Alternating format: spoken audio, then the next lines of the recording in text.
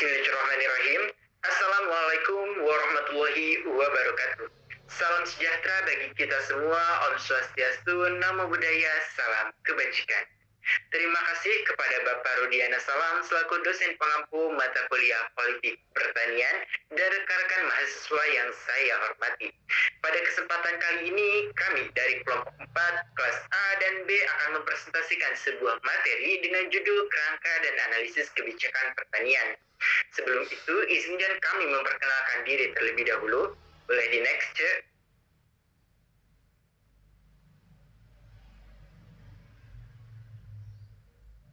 Next slide. Baik, perkenalkan, anggota kelompok kami yang pertama itu adalah Kesha Najwa Septiani dengan ujung NPM 003 dari kelas B.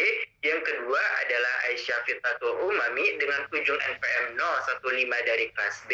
Yang ketiga adalah saya sendiri, Rendy Maulana, dengan ujung NPM 031 dari kelas B. Yang keempat adalah Riko Rianto dengan ujung NPM 131 dari kelas A. Yang kelima adalah Abdul Latif dengan ujung NPM 133 dari kelas A.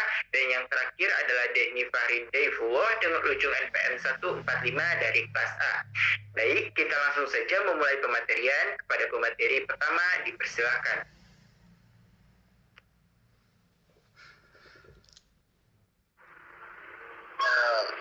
Terima kasih kepada moderator sebelumnya. Baik, saya akan memaparkan sedikit materi yang mana di sini saya menyampaikan tentang kebijakan menurut para ahli. Jadi di sini kami mengambil 4 menurut para ahli. Yang pertama ada Bustanul Arifin menyatakan bahwa kebijakan pertanian memerlukan subsidi yang tepat sasaran dan anggaran publik yang memadai. Nah, adapun menurut Snodgrass dan Welles pada tahun 1975 menyatakan juga bahwa kebijakan pertanian bertujuan untuk meningkatkan kesejahteraan dan ekonomi masyarakat melalui pemeliharaan komoditas produksi bahan makanan, pemasaran dan perbaikan struktural. Nah, di sini ada satu lagi ya, menurut Amos Fair pada tahun 1996 juga menyatakan bahwa kebijakan pertanian ini adalah serangkaian tindakan yang dipilih untuk menentukan arah perubahan yang diinginkan dalam bidang pertanian. Bisa di next. Itu mungkin tadi beberapa kebijakan pertanian menurut para ahli. Dan di sini ada tantangan dan tujuan. Untuk tujuannya yaitu kebijakan pertanian mendasar tidak hanya meningkatkan produksi, tetapi hal yang lebih utama adalah pembangunan manusia, membantu mereka memenuhi kebutuhan dasar yang seperti bahan pokok pangan dan lainnya. Dan di sini juga ada tantangan utama yang di sini kami mengambil beberapa poin. Yang pertama mungkin ada perubahan iklim, terus yang kedua ada alih fungsi lahan, yang ketiga kurangnya regenerasi petani, dan seterusnya ada akses terbatas terhadap teknologi yang modal, ada rantai distribusi yang tidak efisien, dan juga ada daya saing produk pertanian yang rendah, juga ada persediaan bibit, pupuk dan pestisida, kemudian ada permodalan terbatas, harga produk tidak stabil, juga ada penguasaan lahan sempit. Ini beberapa poin tantangan utama terhadap pembangunan pertanian. Untuk materian selanjutnya dipersilakan kepada rekan saya.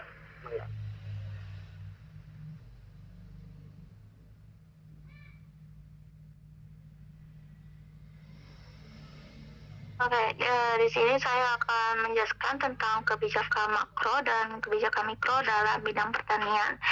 Yang pertama, kebijakan makro dalam bidang pertanian itu kebijakan yang ditetapkan oleh pemerintah untuk mengatur dan mengembangkan sektor pertanian secara keseluruhan. Kebijakan makro ini berfokus pada aspek-aspek yang lebih luas dan strategis seperti kebijakan moneter dan fiskal.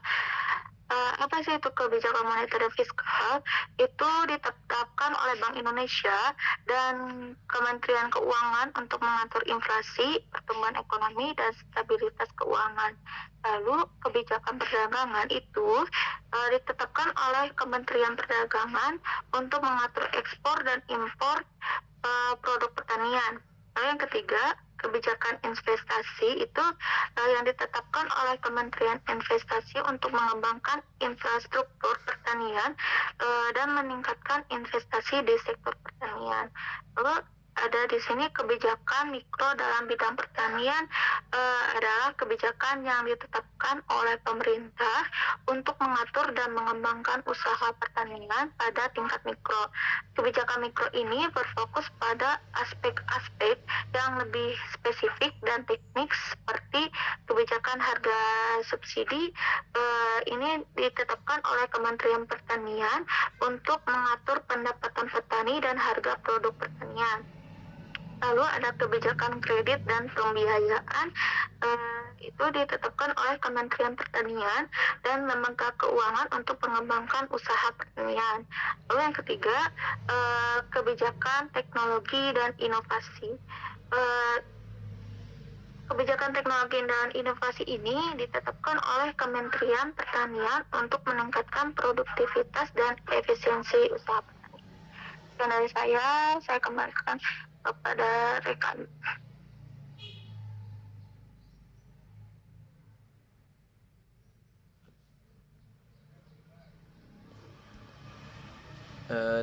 Terima kasih kepada Cak Aisyah. Di sini saya akan menjelaskan kebijakan pertanian, regulasi, dan hukum. Menurut Undang-Undang Nomor 19 Tahun 2013 tentang Perlindungan dan Pemberdayaan Pertanian, undang-undang ini bertujuan untuk melindungi petani dari kesulitan akses sarana produksi, resiko harga, kegagalan panen, serta perubahan iklim. Undang-undang ini mengatur tentang pemberdayaan petani melalui pendidikan, pelatihan, penyuluhan, pemasaran hasil pertanian, serta akses teknologi dan informasi. Selanjutnya, pemerintah pusat dan daerah bertanggung jawab atas perlindungan dan pemberdayaan petani.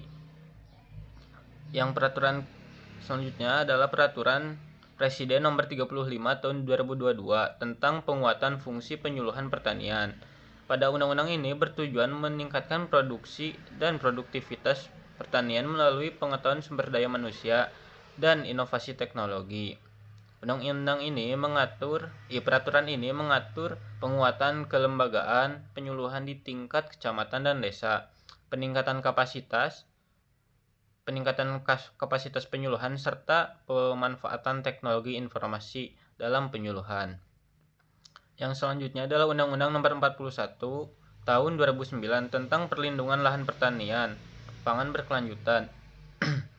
Undang-undang ini mengatur perlindungan lahan pertanian dari alih fungsi lahan ke non-pertanian dan memberikan jaminan insentif kepada petani melalui lahan pertanian secara berkelanjutan. Next slide.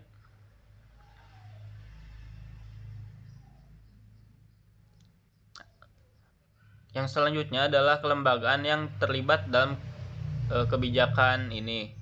Yang ke satu, pemerintah pusat.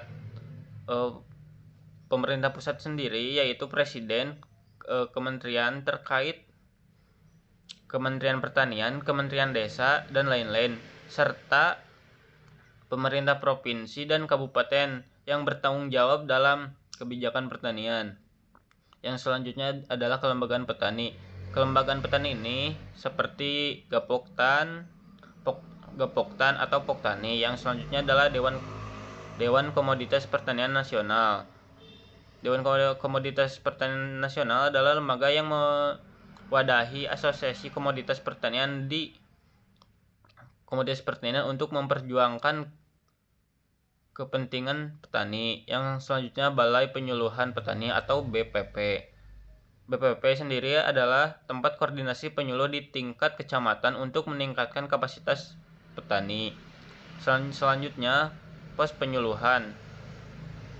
Pos Penyuluhan Desa atau Pos Ludes dibentuk di tingkat desa atau kelurahan sebagai pusat penyuluh berbasis masyarakat. Sekian yang dapat saya sampaikan. Saya serahkan kembali kepada rekan saya. Terima kasih.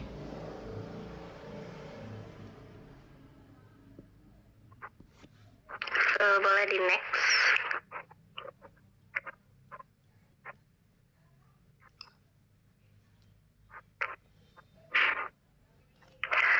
Nah, baik, selanjutnya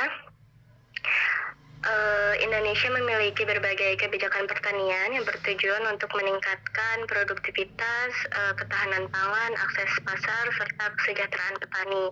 Nah, berikut ada beberapa kebijakan pertanian beserta strategi dan manfaatnya. Boleh di next.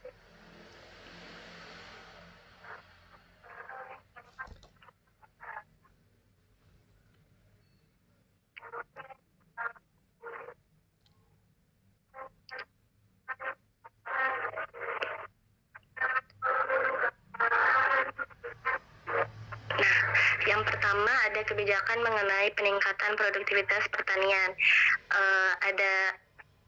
Ada dua. Yang pertama ada program serasi atau selamatkan rawa dan sejahterakan petani, dan yang kedua ada ekspansi lahan pertanian.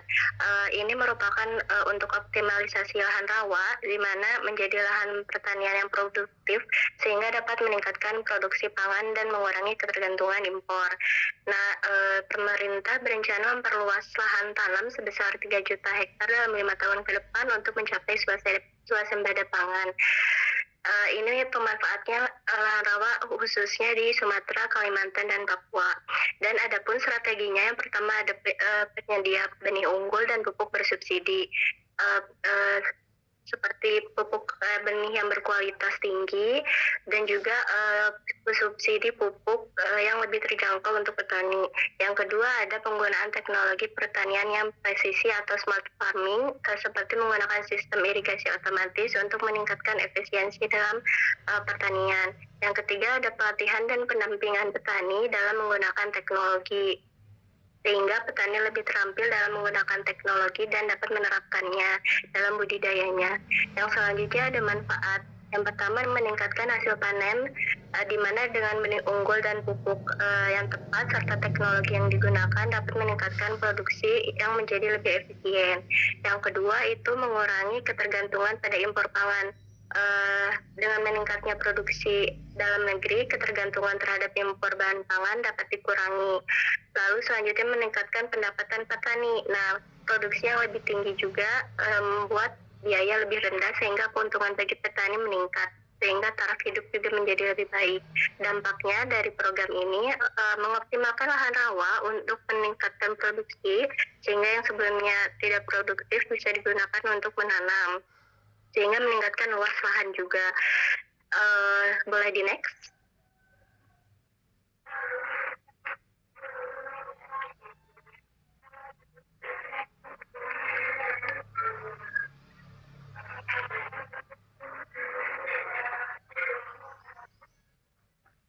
Baik, untuk selanjutnya yang kedua itu ada keberlanjutan dan ketahanan pangan.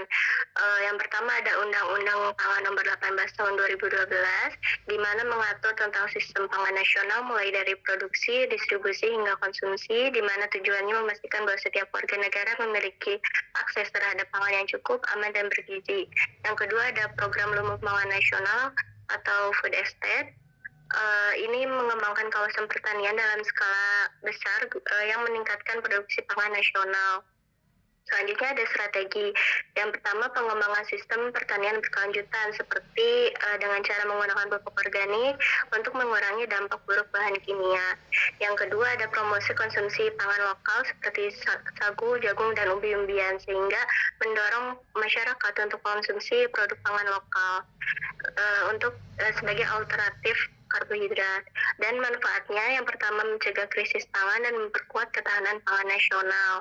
Yang kedua ada mengembangkan industri pangan berbasis kearifan lokal, sehingga produk pangan lokal memiliki potensi ekonomi yang lebih besar. Dampaknya yaitu mengalami peningkatan produksi pangan serta upaya upaya ini dapat membuat masyarakat lebih tertarik mengonsumsi produk lokal sehingga mengurangi ketergantungan pada produk impor dan membantu petani dalam negeri untuk mendapatkan pasar yang lebih besar atau lebih luas. Dilanjutkan oleh rekan saya. Terima kasih.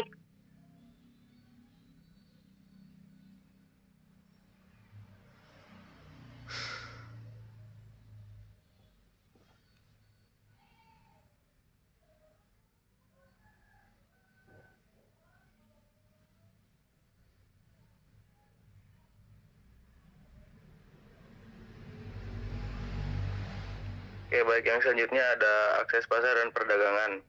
Yang pertama ada kebijakan. Yang pertama ada program kemitraan pertanian dan penguatan rantai pasok.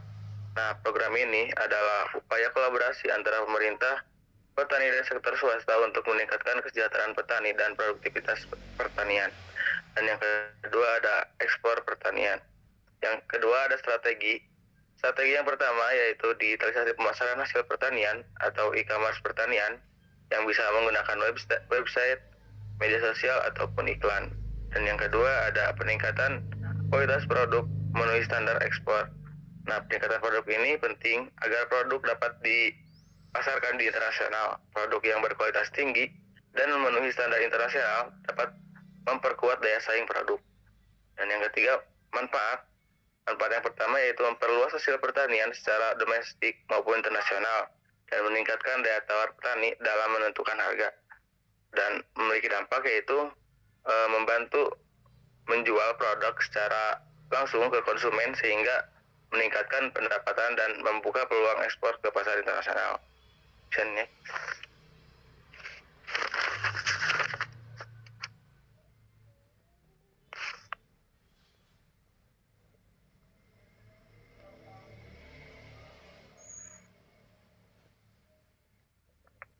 Yang selanjutnya ada dukungan terhadap petani. Yang pertama ada kebijakan. Kebijakan yang pertama yaitu ada kartu tani, asuransi usaha tani, padi, dan bantuan kredit usaha rakyat atau UKUR. Nah, ketiga kebijakan ini saling berkaitan dalam mendukung kesejahteraan petani dan meningkatkan produktivitas sektor pertanian di Indonesia. Kartu tani berfungsi sebagai identitas resmi petani yang memungkinkan mereka mengakses berbagai fasilitas seperti bersubsidi dan program bantuan lainnya. Nah, salah satu program yang dapat diakses oleh petani adalah asuransi usaha tani padi yang memberikan perlindungan finansial terhadap risiko gagal panen akibat bencana alam atau serangan hama. Nah, sehingga petani tidak mengalami kerugian besar dan tetap dalam menjalankan usahanya. Nah, sementara itu, KUR memberikan akses permodalan dengan bunga rendah bagi petani yang ingin mengembangkan usaha dalam pengadaan sarana produksi maupun pengolahan hasil panen.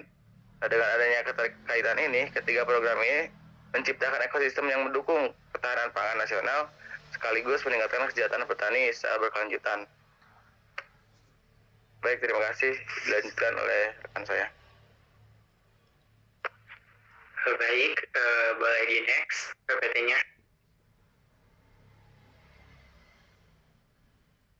Nah, untuk studi kasus sendiri dari materi kerangka dan analisis kebijakan pertanian, kami ambil dari artikel yang ditulis oleh Andi Rismawati dan kawan-kawan yang diterbitkan pada tahun 2019 dengan judul Strategi Pengembangan Benih Padi Unggul Bersertifikat Melalui Kemitraan dengan Gapoktan di Kabupaten Baru, di mana sejalan dengan kebijakan pemerintah Republik Indonesia yang mengimbau kepada para petani agar memanfaatkan benih padi unggul dalam proses pembudidayaan suatu komoditas pertanian dengan harapan agar petani dapat meningkatkan kualitas dan kuantitas hasil produksi pertanian secara optimum. Oleh karena itu, para petani melakukan kemitraan dengan Gapoktan di Kelurahan Kiru-Kiru, Kecamatan Sopeng Riaja, Kabupaten Baru untuk mendapatkan akses terhadap ketersediaan benih padi unggul di Kabupaten Baru. Hal tersebut petani lakukan karena stok atau ketersediaan benih padi unggul dari pemerintah itu sangat terbatas atau sangat sulit untuk diperoleh. Di mana dengan demikian diharapkan kemitraan antara Dinas Pertanian dan Gapoktan di Kabupaten Baru tersebut dapat berjalan secara efektif untuk meningkatkan benih padi unggul yang berkualitas bagi para petani padi di Kabupaten Baru, Sulawesi Selatan. di mana penerapan kebijakan benih padi unggul ini tidak hanya berdampak positif bagi para petani karena dapat meningkatkan kualitas dan kuantitas hasil produksi pertanian secara optimum, tetapi juga dapat berdampak positif bagi para penangkar ataupun gapoktan yang melakukan penangkaran benih padi unggul di Kabupaten Baru, di mana menurut penelitian yang dilakukan oleh Andi Risbawati dan kawan-kawan menyatakan bahwa total pendapatan yang diperoleh oleh seluruh responden atau seluruh penangkar benih padi unggul di Kabupaten Baru itu sebesar 530 juta, sedangkan pendapatan rata-rata per respondennya itu sebesar 17 juta dan pendapatan per hektarnya sebesar 22 juta dengan analisis RC rasio per respondennya sebesar 2,28, yang berarti bahwa setiap Rp1 yang dikeluarkan oleh responden akan mendapatkan penerimaan sebesar Rp2,28 dari lahan usaha penangkaran benih padi unggul tersebut, sehingga usaha penangkaran benih padi unggul tersebut sangat layak untuk dikembangkan. Boleh di next.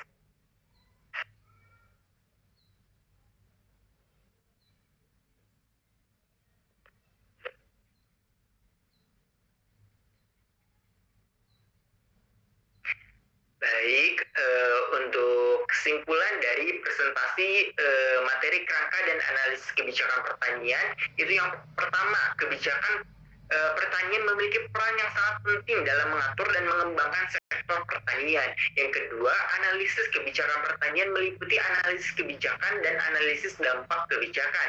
Yang ketiga, faktor yang mempengaruhi kebijakan pertanian itu meliputi faktor ekonomi, sosial, lingkungan, dan politik. Yang keempat, kebijakan pertanian harus mempertimbangkan kepentingan berbagai pihak termasuk petani, konsumen, dan lingkungan. Yang kelima, analisis kebijakan pertanian itu dapat membantu dalam pengambilan keputusan yang lebih efektif dan efisien. Yang keenam, pemerintah harus memperkuat kerangka kebijakan pertanian yang ada. Yang ketujuh, pemerintah harus meningkatkan keterlibatan berbagai pihak dalam proses pengambilan keputusan kebijakan pertanian. Yang kedelapan, pemerintah harus memperkuat sistem monitoring dan evaluasi kebijakan pertanian. Yang kesembilan, pemerintah harus meningkatkan investasi dalam sektor pertanian, terutama dalam bidang teknologi dan inovasi. Yang terakhir adalah pemerintah harus memperkuat kerjasama dengan berbagai pihak termasuk lembaga internasional dalam pengembangan di sektor pertanian. Boleh di next ya.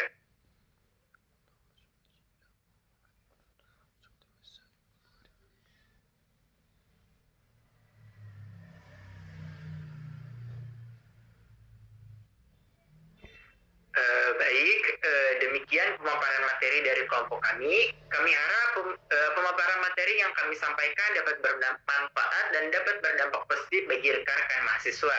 Jika rekan-rekan mahasiswa masih bingung atau ada yang ingin ditanyakan terkait materi yang kami sampaikan, rekan-rekan mahasiswa dapat menyampaikannya pada kolom komentar yang telah kami sediakan. Sekian presentasi dari kelompok kami. Bila ada kesalahan, kami mohon maaf. Wassalamualaikum warahmatullahi wabarakatuh. Waalaikumsalam warahmatullahi wabarakatuh.